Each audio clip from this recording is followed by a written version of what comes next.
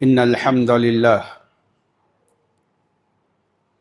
إن الحمد لله نحمده ونستعينه ونستغفره ونعوذ بالله من شرور أنفسنا وسيئات أعمالنا من يهده الله فلا مضل له ومن يضلله فلا هادي له وأشهد أن لا إله إلا الله وأشهد أن محمدًا عبده ورسوله أما بعد فإن خير الحديث كتاب الله وخير الهدي هدي محمد صلى الله عليه وسلم وشر الأمور محدثاتها وكل محدثة بدعة وكل بدعة ضلالة وكل ضلالة في النار.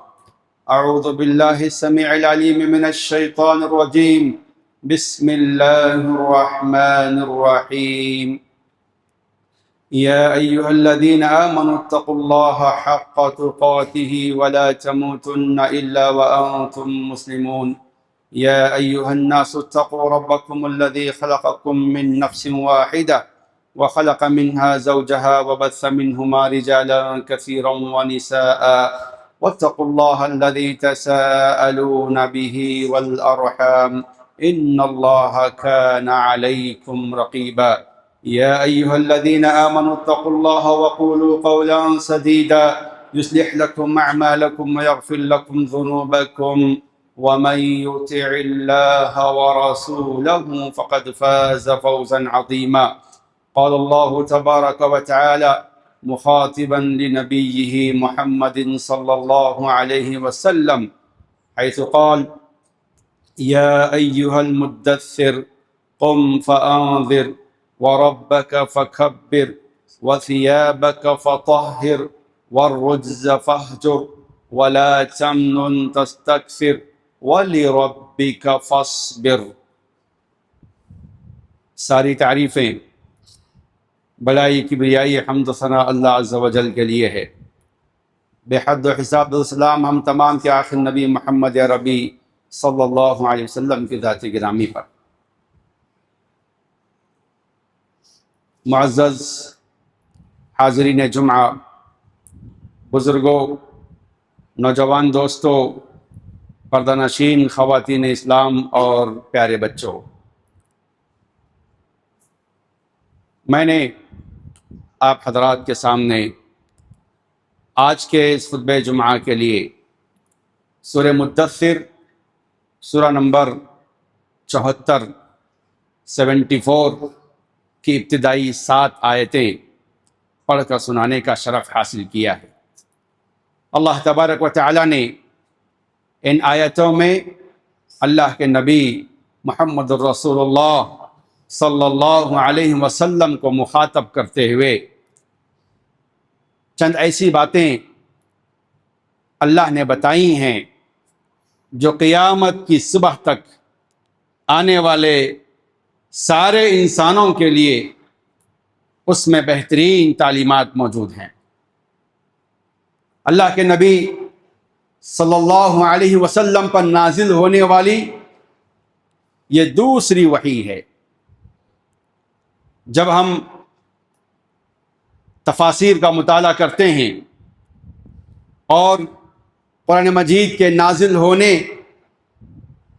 کے جو مراحل ہیں ہم ان کو پڑھتے ہیں تو اس سے یہ بات واضح ہو کر آتی ہے کہ یہ جو سورہ مدثر ہے یہ اللہ کے نبی صلی اللہ علیہ وسلم پر نازل ہونے والی دوسری وحی ہے.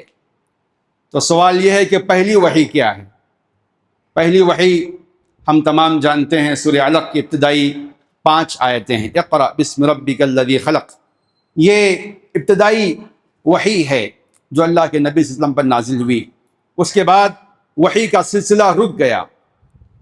پہلی وحی میں اللہ کے نبی صلی اللہ علیہ وسلم کو جو تجربات ہوئے، حضرت جبرائیل علیہ السلام سے جو آمنا سامنا ہوا، یہ پہلا تجربہ تھا جس پر اللہ کے نبی صلی اللہ علیہ وسلم بہت زیادہ متاثر ہوئے تھے. انسان ہونے کے ناطے آپ تھوڑے سے گھبرا سے گئے تھے. خوشی بھی تھی،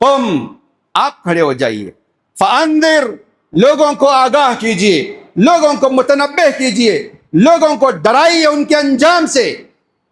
اگر وہ شرک کریں گے تو جہنم کے مستحق ہوں گے، اگر وہ توحید کو اپنائیں گے تو اللہ تعالیٰ انہیں جنت عطا کرے گا، اگر وہ خرافات میں اور غلط عقائد کا شکار ہوں گے تو اللہ کے غیظ و غضب کا کہ وہ مستحق ہوں گے، اگر وہ اللہ اس کے رسول کی اطاعت کریں گے تو وہ دنیا میں بھی کامیاب ہوں گے اور آخرت میں اللہ تعالیٰ ان کے لیے اپنی عظیم الشان جنت تیار کر کے اس میں جائیں گے۔ اللہ اکبر۔ قم فانذر، ڈرائیے، انذار کا کام کیجئے۔ انذار کا مطلب ہوتا ہے وارن کرنا، متنبہ کرنا، آگاہ کرنا، عمل کا انجام بتانا کہ یہ کام کرو گے تو اس کا انجام کیا ہوگا، شرک کرو گے تو اس کا انجام جہنم کا گڑھا ہوگا، توحید کو اپناؤ گے تو اس کا انجام جنت کے اونچے منازل ہوں گے۔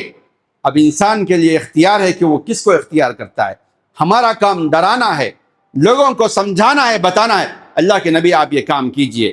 قم فانذر وربک فکبر، اور دیکھیے کہ اللہ کی بڑائی بیان کیجئے، وربک فکبر، اور اپنے رب کی بڑائی بیان کیجئے۔ اللہ اکبر۔ دعوت کس کو بنیاد بنا کر ہونا چاہیے؟ اللہ کی ذات کو بنیاد بنا کر، اللہ کی ذات کو مرکز بنا کر دعوت کا کام ہونا چاہیے۔ ایسا نہیں کہ داعی اپنی شخصیت کو مرکز بنائے، نہیں، بلکہ اللہ تعالیٰ کی ذات کو مرکز بنائے، اللہ کی بڑائی بیان کرے، اپنی بڑائی بیان نہ کرے، اللہ کی بڑائی بیان کرے۔ اللہ اکبر۔ وَرَبَّكَ فَكَبِّرْ، اور اپنے رب کی بڑائی بیان کر۔ اب دیکھیے کہ اللہ کے نبی صلی اللہ علیہ وسلم نے پوری زندگی اس بات پر عمل کیا ہے۔ پہلا حکم قم فانذر کے بعد اٹھ، کھڑا ہو جا اور لوگوں کو آگاہ کر، متنبہ کر۔ اس کے بعد جو آگاہی کا آغاز ہو رہا ہے وَرَبَّكَ فَكَبِّرْ، اور اپنے رب کی بڑائی بیان کر۔ اب دیکھیے کہ اللہ کے نبی صلی اللہ علیہ وسلم نے زندگی کی آخری سانس تک اس مشن پر آپ نے کام کیا ہے۔ اسی مشن کو لے کر آپ کام کرتے رہیں، اللہ کی بڑائی ہمیشہ بیان کرتے رہیں، اللہ کی عظمت، اللہ کی کبریائی لوگوں کے دلوں میں بٹھاتے رہے ہیں۔ لوگ اللہ کو نہیں پہچان کر، اللہ کو نہیں جان کر بتوں کی پوجا کر رہے تھے۔ لوگ اللہ کی معرفت نہیں حاصل کر کے وہ اپنے ہاتھوں سے بنائے ہوئے تراشیدہ بتوں کی پوجا کر رہے تھے، ان کو خدا سمجھ رہے تھے، ان کے سامنے عبادت کے مراسم ادا کر رہے تھے۔ وہیں پر ان سے محبت، ان کے لیے نظر و نیاز، ان کے لیے قربانی، انہی سے محبت اور انہی کے لیے تعظیم اور عبادت کے مراسم اس کے لیے ادا کر رہے تھے، غیر اللہ کے لیے، بتوں کے لیے۔ کیوں؟ وجہ یہ تھی کہ یہ اللہ کی بڑائی کو، اللہ کی کبریائی کو جانتے اور پہچانتے نہ تھے۔ اللہ کے نبی صلی اللہ علیہ وسلم نے اس زمین پر جو بڑا کارنامہ، کامیاب کارنامہ آپ نے جو انجام دیا ہے، وہ اللہ کی کبریائی کا تعارف ہے، اللہ کی بڑائی کو سمجھایا ہے۔ اللہ کے نبی صلی اللہ علیہ وسلم نے لوگوں کے ذہنوں میں، ان کے دلوں میں، ان کے دماغوں میں بٹھایا ہے، بڑی اچھی اچھی مثالیں دے کر۔ اور خود بھی قرآن مجید میں اللہ تعالیٰ نے کئی جگہ پر اللہ نے اپنی کبریائی کا، اپنی بڑائی کا، اپنی عظمت کا ذکر فرمایا ہے۔ اللہ کے نبی صلی اللہ علیہ وسلم نے بھی اس کا اہتمام فرمایا۔ اس کا بڑا ثبوت، اس کی ایک بڑی دلیل کیا ہے؟ ہم جو نماز پڑھتے ہیں، نماز کہاں سے شروع کرتے ہیں؟ نماز ہماری کہاں سے شروع ہوتی ہے؟ اقامت ہوتی ہے، اللہ اکبر اللہ اکبر۔ اذان بھی ہوتی ہے، اللہ اکبر اللہ اکبر۔ اللہ سب سے بڑا ہے، اللہ سب سے بڑا ہے، اللہ از دا گریٹسٹ، اللہ سب سے بڑا ہے۔ یہی اعلان ہوتا ہے پوری کائنات میں، پوری دنیا میں۔ اذان جو شروع ہوتی ہے، یہ اذان اللہ کی کبریائی سے شروع ہوتی ہے۔ اللہ نے فرمایا وَرَبَّكَ فَكَبِّرْ، اپنے رب کی بڑائی بیان کر۔ چنانچہ اللہ کے نبی صلی اللہ علیہ وسلم کو جو اذان سکھائی گئی، جو اذان کی تعلیم امت کو دی گئی، اسی میں اللہ اکبر کہیں۔ دیکھیے آپ جب ہم عید کے لیے نکلتے ہیں اللہ اکبر کہتے ہیں. جب ہماری ساری زندگی کی تگ و دو میں آپ غور کیجئے کہ اللہ اکبر کے الفاظ ہماری زبان پہ چڑھا دیے گئے ہیں. آج اس کی معنی مفہوم کو سمجھ کر جائیے. وَرَبَّكَ فَكَبِّرْ، اور اپنے رب کی بڑائی بیان کر. چنانچہ اللہ کے نبی صلی اللہ علیہ وسلم نے اٹھتے بیٹھتے سوتے جاگتے زندگی کے مختلف گوشوں میں اللہ کی بڑائی کو اللہ کے نبی صلی اللہ علیہ وسلم نے بیان کیا ہے، اپنی امت کو سکھایا ہے. اور آج ہم وہ الفاظ اپنی زبان سے ادا کرتے ہیں، شعوری طور پر یا لا شعوری طور پر، سمجھ کر یا نہ سمجھے، لیکن ہم یہ الفاظ اپنی زبان سے ادا کرتے رہتے ہیں. اللہ کے نبی نے بچے بچے کے زبان میں یہ کلمات جاری فرما دیے. اللہ اکبر، اللہ اکبر، وَرَبَّكَ فَكَبِّرْ، اپنے رب کی بڑائی بیان کر. نبی نے ایسی بڑائی بیان کی کہ صحابہ نے سیکھا اور پھر وہ امت تک منتقل ہوتی رہی. اللہ کی کبریائی، اللہ کی بڑائی کو سمجھنے کی ضرورت. وَرَبَّكَ فَكَبِّرْ، یہ نبی کے مشن کا پہلا یہ پیغام تھا. اللہ اکبر. ہم نماز شروع کرتے ہیں کیا کہتے ہیں؟ اللہ اکبر. رکوع میں جاتے وقت اللہ اکبر، سجدے میں جاتے وقت اللہ اکبر، سجدے سر اٹھاتے وقت اللہ اکبر. آپ سوچئے کہ اللہ اکبر ہم کہاں کہاں استعمال کرتے ہیں. نعرہ تکبیر ہوتا ہے، اللہ اکبر کہتے ہیں. اللہ کی بڑائی، اللہ کی بڑائی. کیا مطلب ہے اس کا؟ آج سمجھ کر جائیے، آج اس پیغام کو لے کر جائیے. اللہ اکبر. اب میں ایک مثال لے کے چلتا ہوں، اس کو غور کیجیے آپ.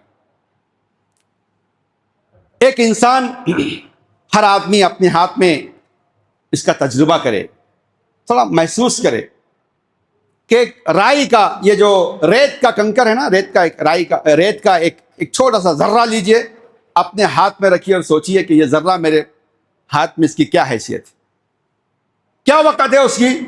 اس ذرے کی آپ کے سامنے کیا وقت ہے؟ ریت کا ایک ذرہ ہے، کیا ہے؟ چھوٹا سا معمولی. آپ اسے اچھال بھی سکتے ہیں، مسل بھی سکتے ہیں، کچھ بھی کر سکتے ہیں، آپ کی مٹھی میں آئے گا، اس کی کوئی حیثیت ہی نہیں آپ کے سامنے. ایک چونٹی اگر آپ کے ہاتھ میں کالی چونٹی تو کیا اس کی حیثیت ہوگی؟ کچھ نہیں. تو ہم پہچانتے ہیں کہ اس کی کوئی حیثیت نہیں ہے. تھوڑا اپنے آپ کو لے جائیے، آپ اپنے آپ کو لے جائیے ہمالیہ پہاڑ کے سامنے ٹھہرا کیجیے، تو آپ کی کیا حیثیت ہے ہمالیہ پہاڑ کے سامنے؟ کیا ہے؟ کچھ حیثیت نہیں. ہمالیہ پہاڑ کو زمین کے سامنے رکھیے، اسے کیا حیثیت ہوگی؟ ہمالیہ کوئی حیثیت نہیں ہوگی. اب اس پوری زمین کو سورج کے سامنے رکھیے، لاکھوں گنا سورج زمین سے بڑا ہے، کوئی حیثیت نہیں زمین کی. ایک چھوٹا ذرہ دکھائی دے گا، زمین اتنی چھوٹی دکھائی دے گی سورج کے سامنے. اچھا، اس سورج کو لے جائیے کہکشاں کے سامنے، تو کہکشاں میں سورج کا حصہ بالکل نقطے کی طرح ہوگا، ذرے کی طرح ہی ہوگا. جیسے آپ کے ہاتھ میں ریت کا ایک کنکر ہے، ریت کا ایک ذرہ ہے، ویسے ہی سورج کہکشاں کے مقابلے میں اس کہکشاں کو آپ لے کے جائیے پورے کلسٹر کے سامنے، تو یہ کہکشاں کلسٹر کے سامنے ایک ذرہ ہے، ایک دھواں ہے. یہ پورے کلسٹرز پورے ملا کر کے پہلے آسمان کے سامنے ایک ذرہ ہے. پہلا آسمان دوسرے آسمان کے سامنے ذرہ ہے، دوسرا آسمان تیسرے آسمان کے سامنے ذرہ ہے، تیسرا آسمان چوتھے آسمان کے سامنے ذرہ ہے، چوتھا آسمان پانچواں آسمان کے سامنے ذرہ ہے، پانچواں آسمان چھٹے آسمان کے سامنے، چھٹا آسمان ساتویں آسمان کے سامنے ذرہ ہے، اور یہ ساتوں آسمان کرسی کے سامنے ذرہ ہے. دلیل آیت الکرسی، وسع کرسیہ السماوات والارض، اللہ کی کرسی آسمان و زمین سے زیادہ کشادہ ہے. سبحان اللہ، سبحان اللہ. اللہ کی عظمت کو پہچانو، اللہ کی کبریائی کو پہچانو، اللہ سے اپنا دل لگاؤ، اللہ کی بڑائی کو پہچانو. اللہ کی کرسی یہ ساتوں آسمانوں سے زیادہ کشادہ ہے، ذرہ ہے، ذرہ کی قیمت ہے. وسع کرسی السماوات والارض، یہ اللہ کا اسٹیٹمنٹ ہے، انکار کرو گے؟ نہیں. اور آج سائنسدانوں نے اپنے جو بھی آلے ہیں ان کو آسمانوں میں فضا میں گھمایا اور دیکھا تو معلوم ہوتا ہے کہ کائنات کتنی وسیع ہے. میرے بھائی، یہ وسیع ترین کائنات کرسی کے سامنے ایک ذرہ ہے. آگے بڑھوں، یہ پوری اتنی عظیم الشان کرسی اللہ کے عرش کے مقابلے میں صحرا میں رنگ ہے. ایک صحرا میں انگوٹی، آپ کے ہاتھ میں انگوٹی ہوگی، اسے یہاں ڈال کے دیکھیے، پورے صحرا میں ڈیزرٹ میں رنگ پھینکیں گے تو کیا ویلیو اس کی وقت ہوگی. اس پورے یعنی عرش کے سامنے، عرش عظیم کے سامنے کرسی اللہ کی کتنی ہے؟ ایک صحرا میں رنگ کی طرح مثال ہے سمجھانے کے لیے، اس لیے میں چھوٹے سے اوپر تک لے کے گیا آپ. اللہ اکبر. اور اللہ کی عظمت جانتے ہو؟ قیامت کے دن اللہ تعالیٰ ان ساتوں آسمان و زمین کو لپیٹ کر اپنے ہاتھ میں رکھے گا اور ان کی وقت اور حیثیت ذرے کے برابر ہوگی. اللہ اکبر. اللہ اتنا بڑا ہے، اللہ کی ذات اتنی بڑی ہے کہ پوری کائنات عرش سمیت، عرش اللہ کی مخلوق ہے، وہ سب اللہ کے ہاتھ میں ایک ذرے کے برابر ہے. اللہ اکبر. اللہ کی بڑائی کو پہچانو، اللہ کی کبریائی کو پہچانو. اللہ کے نبی صلی اللہ علیہ وسلم نے زندگی بھر اللہ اکبر سکھایا ہے، اللہ اکبر سکھایا ہے. اللہ سب سے بڑا ہے، اللہ سب سے بڑا ہے، اللہ از دا گریٹسٹ. کتنا بڑا ہے تصور نہیں کر سکتے ہم. اسی لیے اللہ کی ذات کو کبھی ہم پہچان نہیں سکتے ہیں. اللہ کی ذات کو سمجھنے کے لیے اپنے دماغ نہیں استعمال کر سکتے. اللہ کی صفات کو سمجھنا چاہیے. جو لوگ، جو قوم اللہ کی ذات کو سمجھنے کے پیچھے پڑ گئے، وہ بھٹک کے رہ گئے، سمجھ نہیں سکے. اتنی عظیم ذات کو کہتے ہیں ہر ذرے میں اللہ کی ذات ہے. نعوذ باللہ من ذالک. ارے اللہ کی مٹھی میں ساری کائنات ہے، تم کہتے ہو کہ اس ذرے میں اللہ ہے. نعوذ باللہ من ذالک. سمجھے نہیں ہم. اللہ وربک فکبر. اللہ تعالیٰ نے اللہ کے نبی نے کہا کہ اپنے رب کی بڑائی بیان کر، لیکن رب کی بڑائی کو ہم سمجھے نہیں، رب کی کبریائی کو ہم سمجھے نہیں. جس کی مٹھی میں پوری کائنات ہے کہتے ہیں کہ اس کائنات میں اللہ ہے. نعوذ باللہ من ذالک. اس عقیدے کی اصلاح ہونی چاہیے. یہ کہو کہ پوری کائنات رب کی مٹھی میں ہے، یہ صحیح بات ہے. وربک فکبر. اللہ کی کبریائی کی بڑائی بیان کر. تو ہمیں اللہ اکبر کہتے ہوئے سمجھنا چاہیے کہ میری کیا حیثیت ہے. جب زمین ہی سورج کے سامنے ایک ذرہ ہے، اور یہ پوری کائنات اللہ کے سامنے ایک ذرہ ہے، ساتوں آسمان، ساتوں زمین، اور کرسی اور عرش عظیم. تصور کیجئے کہ اس میں ہماری کیا حیثیت ہوگی کہ ہم میں کہتے ہیں، میں بڑا. ارے چھوٹی زمین کی جائیداد کے آپ مالک بن کر پوری دنیا کے بھی مالک نہیں ہیں، پھر ہم سمجھتے ہیں کہ ہم بڑے ہیں. نہیں، اللہ بڑا ہے، اللہ کی ذات بڑی ہے. میں چھوٹا ہوں اور میری ذات چھوٹی ہے، میری شان چھوٹی ہے. کس کی شان بڑی ہے؟ اللہ کی شان بڑی ہے. کس کی ذات بڑی ہے؟ اللہ کی ذات بڑی ہے. اور اس کے مقابلے میں بالکل چھوٹا اور حقیر ہوں. میں کیا، پوری کائنات چھوٹی اور حقیر ہے. جب ہم یہ سمجھیں گے تب تو اللہ کی عظمت ہمارے دل میں بیٹھے گی. جس رب کی ہم عبادت کرتے ہیں کتنا عظیم ہے وہ رب. اللہ اکبر. جب ہم رکوع کرتے ہیں کیا کہتے ہیں؟ سبحان ربی العظیم، سبحان ربی العظیم. اللہ میرا رب پاک ہے ہر عیب سے، جو العظیم ہے، جس کی شان بہت زیادہ بہت بڑی ہے. اللہ کی شان اتنی بڑی ہے کہ اللہ کی مخلوق عرش جیسی عظیم ترین مخلوق بھی اللہ کے سامنے حقیر ہے. تو میری کیا حیثیت ہوگی اللہ کے سامنے؟ میرا جسم اللہ کے سامنے کیا حیثیت رکھتا ہے؟ پھر ہم کس انا میں جی رہے ہیں، کس تکبر میں جی رہے ہیں کہ میں بڑا، میری پراپرٹی بڑی، میری شان بڑی. نہیں، ہم حقیر ہیں، ہم کمتر ہیں، ہم کمزور ہیں. جو انسان جتنا زیادہ اپنے آپ کو پہچان کر اللہ کی بڑائی کو پہچانے گا اتنا کامیاب ہوگا. اور جو شخص اپنے انا میں مبتلا ہوگا، اللہ فرماتے ہیں الکبر ردائی، کہ تکبر اور کبریائی یہ اللہ کی چادر ہے. جو آدمی بھی اللہ کی چادر کو چھیننا چاہے گا اللہ تعالیٰ اسے نہیں بخشے گا. تو ہمارے اندر ہمارا کمال کیا ہے کہ ہم تواضع اختیار کریں، عاجزی اختیار کریں. آپ دیکھیے جب رکوع کرتے ہیں تو ہم کہتے ہیں سبحان ربی العظیم، سبحان اللہ. لیکن جب ہم سجدہ کرتے ہیں تو کیا کہتے ہیں؟ سبحان ربی الاعلی. نماز میں اللہ تعالیٰ کی استعمال ہونے والی یہ 3 صفات پر اگر ہم غور کر لیے تو وَرَبَّكَ فَكَبِّرْ کو ہم سمجھ جائیں گے کہ اللہ کے نبی نے کیسے اللہ کی بڑائی بیان کی ہے. سجدہ کر رہے ہیں ہم، سجدے میں کیا سبحان ربی الاعلی، میرا رب ہر عیب سے پاک ہے جو بہت ہی بلند ہے، اعلی ہے۔ اللہ تعالیٰ عرش پر مستوی ہے۔ کیا مطلب اس کا؟ لوگ سمجھتے ہیں کہ جیسے عرش پہ دوسرے لوگ بیٹھتے ہیں ویسا اللہ تعالیٰ بیٹھا، لوگ ترجمہ کرتے ہیں اللہ عرش پہ بیٹھا ہے، غلط ترجمہ ہے۔ صحیح ترجمہ، صحیح مفہوم یہ ہے کہ اللہ تعالیٰ عرش پر بلند ہے۔ سبحان ربی الاعلی، میرے رب کی پاکی بیان کرتا ہوں میں جو بہت ہی بلند ہے۔ اللہ عرش پر بلند ہے، عرش کا محتاج اللہ نہیں ہے، عرش اللہ کا محتاج ہے۔ عرش اللہ کی ایک مخلوق ہے، حقیر ترین مخلوق، جو اللہ کے ہتھیلی میں ایک رائی کے خردل کے برابر ہے، رائی کے دانے کے برابر ہے۔ اس مخلوق سے آپ مقابلہ کرتے ہو؟ اللہ کی عظمت کو پہچانو، اس کی بڑائی، اس کی کبریائی کا احساس دل میں پیدا کرو، تو اب اللہ کی بڑائی سمجھ میں آئے گی۔ جو الفاظ ہم زبان سے ادا کرتے ہیں نماز میں اللہ اکبر، اس کا معنی کیا ہے ہم کو سمجھ میں آئے گا۔ سبحان ربی العظیم جو ہم رکوع میں کہتے ہیں اس کا مفہوم کیا ہے یہ سمجھ میں آئے گا۔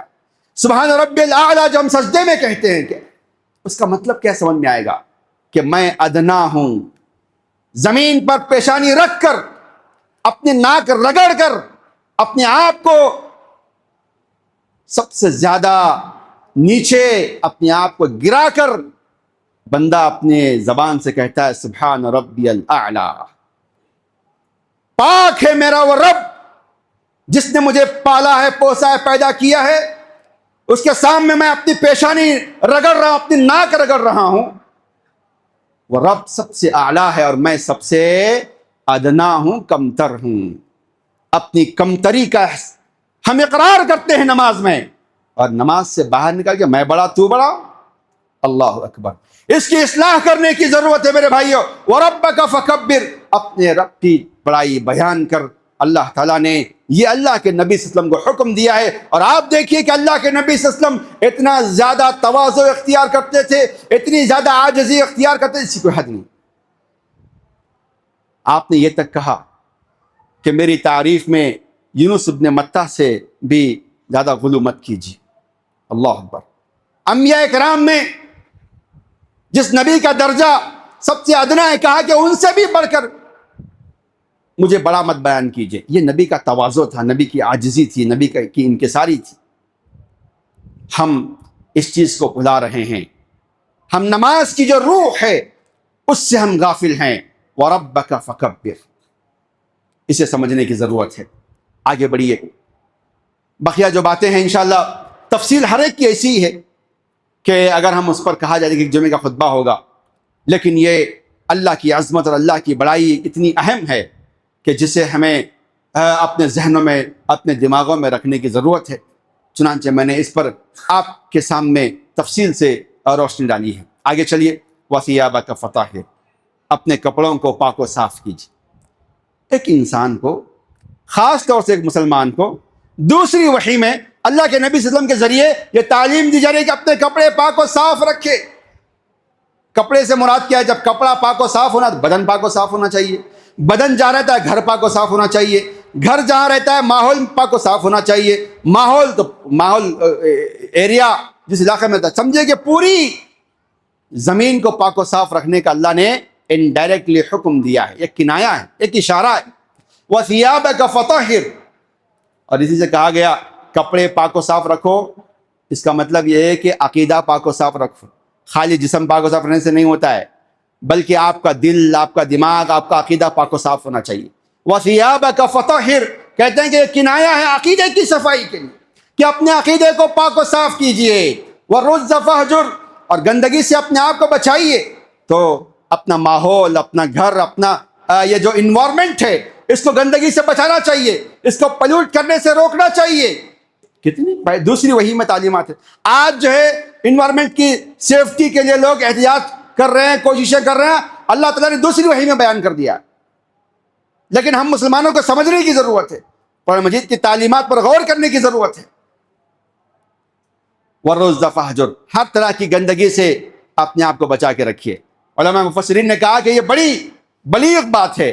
کہا کہ اس کے اندر عقیدے کی گندگی سے روکا گیا ہے, شرک اور بدعات اور خرافات سے روکا گیا ہے.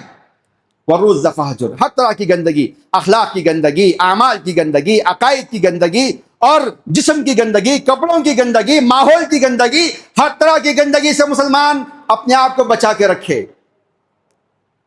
ولا تمنن تستکثر. اللہ اکبر, اللہ اکبر. اب سماج کو گندگی سے پاک کرنا ہے. کیا ہے سماج کو پاک کرنے کے لیے؟ کسی پر احسان اس لیے مت کیجئے کہ وہاں سے کچھ زیادہ ملے. کسی کے ساتھ نیکی کرنا ہو تو اللہ کی رضا کے لیے کیجئے. سامنے والے کو خوش کرنے کے لیے نیکی مت کیجئے.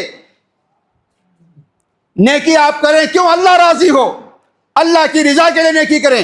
یہ نہیں کہ مجھے معلوم ہوا کہ, مثال دیتا ہوں میں یاد رہنے کے لیے, کہ بازو جو ہے تہاری پکی ہے, میں جو ہے اچھا بازو میں بریانی بنی ہے, میرے پاس تہاری بنی ہے, میں تہاری بھیج رہا ہوں تاکہ وہاں سے بریانی آئے. تو فرمایا کہ ولا تمنن تستکثر, زیادہ کی چاہت کی امید میں احسان مت کیجیے, اللہ سے ثواب حاصل کرنے کے لیے نیکی کیجیے, یہ فرمایا گیا. اس کے بعد فرمایا کہ وَلِرَبِّكَ فَاصْبِرْ, دین کے کام کے لیے, اچھائی کو عام کرنے کے لیے اللہ کے لیے صبر کیجیے. وَلِرَبِّكَ فَاصْبِرْ. چنانچہ ہم دیکھتے ہیں کہ اللہ کے نبی صلی اللہ علیہ وسلم نے ان باتوں پر کیسے عمل کیا ہے. اپنی زندگی کی آخری سانس تک آپ صبر کے بہترین نمونہ آپ بن کر رہے. ایک جھلک طائف کے میدان میں دیکھنے کو ملتی ہے. اللہ کے نبی صلی اللہ علیہ وسلم لوگوں کو شرک سے بچانے کے لیے, جنت کا راستہ دکھانے کے لیے آپ گئے تھے, ان کو توحید سمجھائی. ان لوگوں نے نہ سمجھ کر, نہ سمجھو نے اللہ کے نبی پر پتھراؤ کیا, جسم سے خون رس کر کے آپ کے جوتوں میں جمع ہو گئے. آپ بے ہوش ہو کر غشی آپ پر طاری ہو گئی, آپ گر رہے تھے, صحابی سنبھال رہے تھے. ایسے وقت میں فرشتہ آ کے کہتا ہے اللہ کے رسول آپ حکم دیجئے, اللہ تعالیٰ کے حکم سے میں اس پوری, آپ کی اجازت سے اللہ کے حکم سے میں اس پوری قوم کو, طائف کی رہنے والی اس بستی کو ان 2 پہاڑوں میں پیس کے رکھ دوں گا. اللہ کے نبی نے کیا کہا؟ نہیں, مجھے ان سے نہیں تو ان کی نسل سے امید ہے کہ وہ ہدایت پر آئیں گے, اسلام قبول کریں گے. ایسا صبر کا نمونہ آپ نے پیش کیا ہے. ہم امتی ہیں, ہمیں بھی چاہیے کہ ہم دین کے لیے, توحید کے لیے, آپسی معاملات میں ایک دوسرے کے لیے صبر کریں, برداشت کریں, اور خاندان میں, گھر میں, ہر جگہ صبر کو ایک اپنے لیے معیار بنا کر ہم زندگی میں آگے بڑھیں. دعا ہے رب العالمین سے کہ آج کے اس خطبہ جمعہ میں سورہ مدثر سورہ نمبر 74 کی 7 آیتوں کی روشنی میں بڑے اختصار کے ساتھ جو باتیں ہمارے سامنے آئی ہیں, اللہ تعالیٰ ان کو یاد رکھنے, ان کے مطابق عمل اللہ ہم تمام توفیق عطا فرمائے. اللہ تعالیٰ ہم تمام کو اللہ کے نبی صلی اللہ علیہ وسلم کے مشن کو سمجھنے توفیق عطا فرمائے. اللہ تعالیٰ ہم تمام کو دین کے کام کے لیے کچھ اٹھنے, کچھ محنت کرنے توفیق عطا فرمائے. اللہ تعالیٰ اللہ کی بڑائی بیان کرنے کی ہمیں توفیق عطا فرمائے. اللہ تعالیٰ ہمیں اپنے آپ کو, اپنے عقیدے کو اور اپنے ماحول کو پاک و صاف کرنے توفیق عطا فرمائے. ہر طرح کی گندگی سے, اخلاق کی گندگی, اعمال کی گندگی, عقیدے کی گندگی سے اپنے آپ کو بچانے توفیق عطا فرمائے. اور اللہ تعالیٰ ہمیں دنیا میں جو بھی ہم نیکی کریں اللہ کی رضا کے لیے کریں, اس کی توفیق عطا فرمائے. جو پریشانیاں بھی زندگی میں آتی ہیں ان تمام پر صبر کے اللہ ہمیں توفیق عطا فرمائے, اور دین کا کام کرنے اور دنیا میں ترقی کرنے, آگے بڑھنے کے اللہ توفیق عطا فرمائے. ہر طرح کی مشکلوں کا, پریشانیوں کا سامنا کرنے اور صبر کے ساتھ انہیں حل کرنے کے اللہ تعالیٰ توفیق عطا فرمائے. اور جو بھی پریشانیاں ہماری زندگی میں آتی ہیں مل جل کر اسے حل کرنے اللہ تمام توفیق عطا فرمائے. اور ہم میں جو پریشان ہیں ان کی پریشانی کو دور فرما. ہم میں جو بے روزگار ہیں اللہ انہیں حلال و روزی کا انتظام فرما. جو پریشان حال ہیں ان کی پریشانی کو دور فرما. اللہ جو مسلمان آپس میں ایک دوسرے سے الجھے ہوئے ہیں اللہ ہم دعا کرتے ہیں اللہ ان کے اندر صلاح صفائی عطا فرما. اے اللہ تمام مسلمانوں کو ایک اور نیک بن کر رہنے توفیق عطا فرما.